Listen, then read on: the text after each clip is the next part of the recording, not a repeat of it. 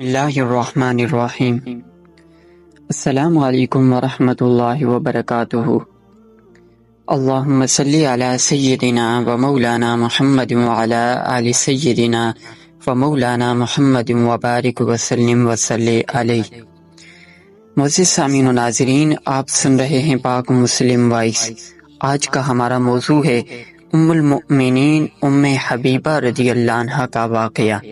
اگر آپ ہمارے چینل پر نئے ہیں تو مزید اسلامی واقعات سننے کے لیے ہمارے چینل کو سبسکرائب کر لیں۔ سامعین محترم، ام حبیبہ رضی اللہ عنہا نہایت قدیم الاسلام ہیں۔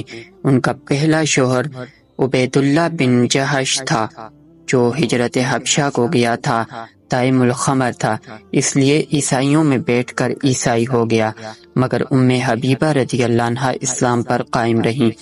اسلام کے لیے انہوں نے باپ، بھائی، خویش اور قبیلہ اور وطن کو چھوڑا تھا۔ پردیس میں خاوند کا سہارا تھا، اس کے مرتد ہونے سے وہ بھی جاتا رہا۔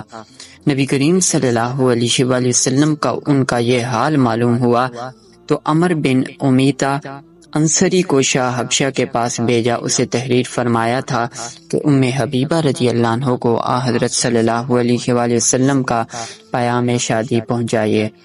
بادشاہ نے اپنی ایک لونڈی حضرت ام حبیبہ رضی اللہ عنہ کے پاس پیغام نکاح دے کر بھیجی۔ ام حبیبہ رضی اللہ عنہ اس سے پیشتر خواب میں دیکھ چکی تھی کہ ان کو کوئی شخص ام المؤمنین کہہ کر پکار رہا ہے۔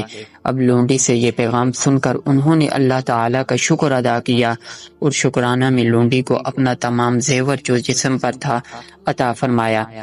نجاشی نے مجلس نکاح خود منعقد کی جس میں حضرت جعفر رضی اللہ عنہ اور دیگر جملہ مسلمان مدعو تھے۔ نجاشی نے خطبہ پڑھا، اس کے بعد اس قوم کے سامنے دینار رکھ دیے۔ پھر حالد بن سعید رضی اللہ عنہ نے جو ام حبیبہ رضی اللہ عنہ کے وکیل تھے خطبہ پڑھا۔ اس کے بعد نجاشی کی جانب سے جملہ حاضرین کو کھانا کھلایا گیا۔ نجاشی نے بیان کیا کہ انبیاء کی سنت یہ ہے کہ تزویج کے بعد کھانا ہوتا ہے۔ ام المؤمنین حضرت حبیبہ رضی اللہ عنہا نے 44 ہجری میں مدینہ میں وفات پائی۔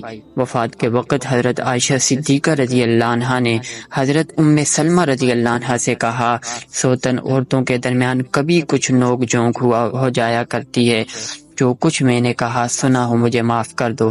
تو انہوں نے کہا ہم خوشی سے معاف کرتی ہیں۔ ام حبیبہ رضی اللہ عنہا نے کہا کہ تم نے مجھے شادماں کیا، خدا تم کو شادماں کرے۔